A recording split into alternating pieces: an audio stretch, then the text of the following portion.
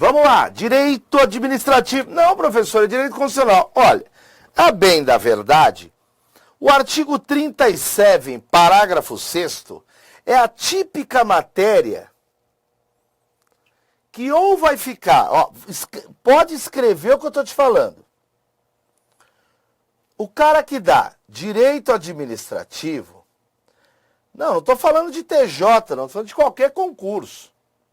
Ele, porque em TJ só cai 10.261, né? Tranquilo, não cai a teoria de direito administrativo. Ele vai estar lá dando aula junto com o cara que dá direito constitucional. Aí fica, o cara de constitucional tem de enfrentar o artigo 37 ao 41, sabe por quê? Porque o colega de direito administrativo, de repente fala, isso aqui é texto. E o contrário é verdadeiro. Ah, não, isso aqui é ADM. Talvez isso aqui não dê. É aí que o inferno começa. Porque é uma matéria que está dentro da Constituição de cunho, de natureza, de índole, de colorido, de direito administrativo. Então vamos lá. Claro que numa aula teórica, o professor vai começar essa aula falando inclusive das origens. O rei não erra. The king does not wrong. O rei não vai cometer erros. Ou seja, o Estado não vai ser responsabilizado.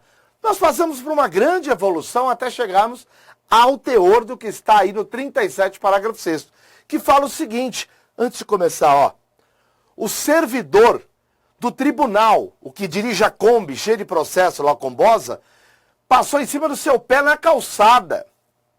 Você vai entrar com uma ação contra quem? Contra o Tribunal de Justiça? Não, o Tribunal de Justiça é órgão. Ah, contra o STJ? Não. Contra o município de São Paulo? Não. Contra o Estado de São Paulo. Por quê? Porque o Estado é a pessoa jurídica de direito público. Então, quem responde? As pessoas jurídicas de direito público e as de direito privado, prestadoras de serviço público. Ah, entendi.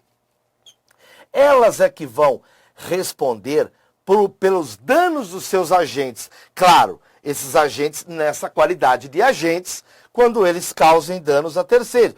Não é um final de semana que o cara que trabalha no fórum bateu no seu carro e você fala, eu vou processar o Estado. Não, não tem sentido. Ali ele não está como agente do Estado, né? Ali ele é particular. Olha que interessante. Pessoa jurídica de direito público, União, Estado, Distrito Federal, município, e de direito privado prestadora. Cuidado, não é toda pessoa jurídica de direito privado, mas as prestadoras de serviço público. Agora, olha que legal. O particular, ele só tem de provar uma culpa. Ele não tem de provar a culpa do cara. Ele só vai provar o quê? Nexo causal. Ou seja, uma relação entre conduta e resultado. Foi a conduta de dirigir aquele veículo passando em cima da calçada. Resultado, quebrou o pé ou matou alguém. Responsabilidade objetiva. Professor, o Estado então sempre vai ter de pagar? Claro que não, porque a responsabilidade foi adotada na modalidade de risco administrativo, não de risco integral. O Estado pode ter boas desculpas, culpa exclusiva da vítima. Tá bom? Vambora. Depois que paga, vai para cima do servidor. Isso mesmo, Estado, vamos cobrar o nosso servidor. Ação de regresso contra o responsável. Agora sim a responsabilidade não é objetiva, ela é subjetiva. Nos casos de dolo ou culpa devidamente apurados. Agora fica mais fácil para você dominar o 37, parágrafo 6º. Eu só vou trazer aqui uma jurisprudência do STF, porque vai que você vai enfrentar isso em algum momento, e aí vem a pergunta, eu posso entrar contra a ação, posso ingressar com a ação contra o funcionário ou contra a pessoa jurídica de direito público?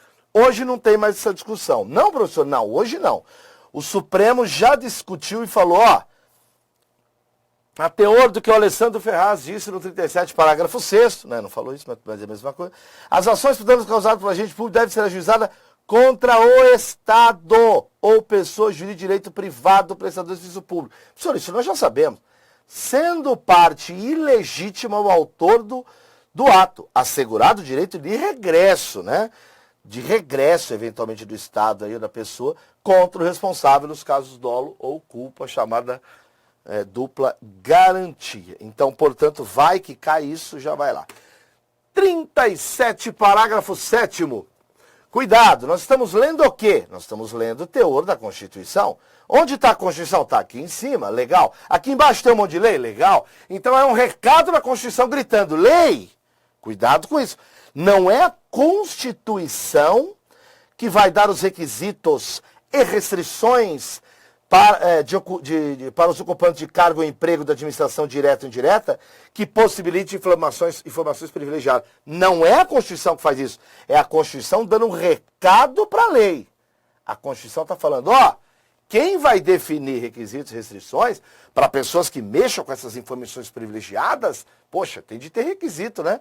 Quem vai fazer isso é a lei, mas é a Constituição que está dando o recado. Então, basta o cara chegar na prova que o malvado do examinador e fazer assim, ó, a Constituição é que vai estabelecer requisitos e restrições. Errado, não é a Constituição, é a lei. E aqui vem assunto de autonomia gerencial, orçamentária e financeira dos órgãos, entidades de administração direta e indireta, ela pode ser ampliada, essa autonomia. Isso aqui é Instituto bem de Direito Administrativo, que aqui o que vale para você conhecer o tópico. Essa autonomia gerencial pode ser ampliada mediante contrato a ser firmado entre seus administradores e o poder público, tenha por objeto a fixação de metas de desempenho para o órgão, e aí diz que uma lei vai dispor sobre o prazo de duração, os meios, né? Como vai dar a funcionalidade disso? Controle de critério, avaliação de desempenho, direitos e obrigações, responsabilidade de dirigentes e remuneração de pessoal. Olha, pessoal, não é comum cair exatamente os meandros disso, porque entra mais no direito administrativo. Mas já vi cair, de repente, o que a lei observa nessa ampliação do contrato, de gestão, o que a lei vai ter de observar. Prazo, eles ficaram brincando com esses incisos. É o máximo que eu vi em provas de constitucional, nada de grande exagero.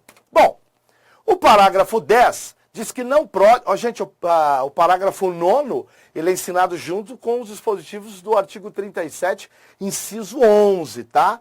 Parágrafo 9º, porque tudo que tem relação com o inciso 11, eu joguei lá no 37, inciso 11 e os parágrafos e tal. Então, vamos para o 10. 10.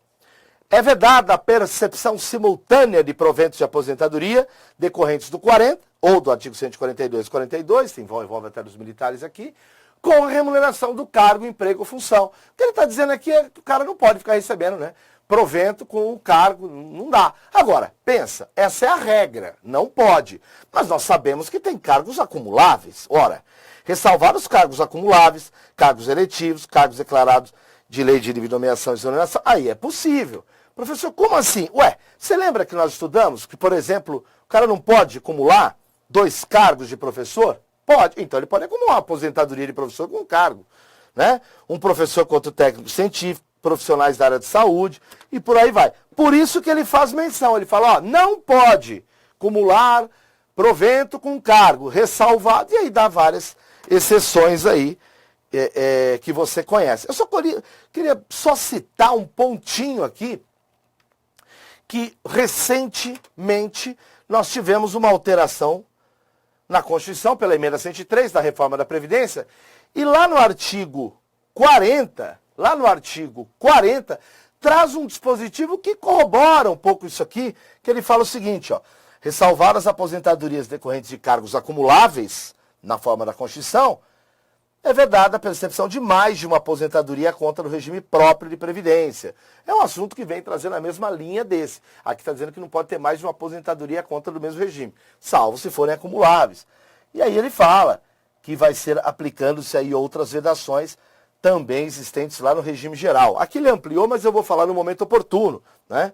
Porque é uma regra que está no regime próprio de previdência social e ele fala que eventualmente vedações e outras regras para acumular benefícios que estão lá no regime geral, ele está dizendo que agora também é para aplicar aqui no regime próprio. Mas isso é assunto que será conversado aí de maneira oportuna com vocês. Muito obrigado.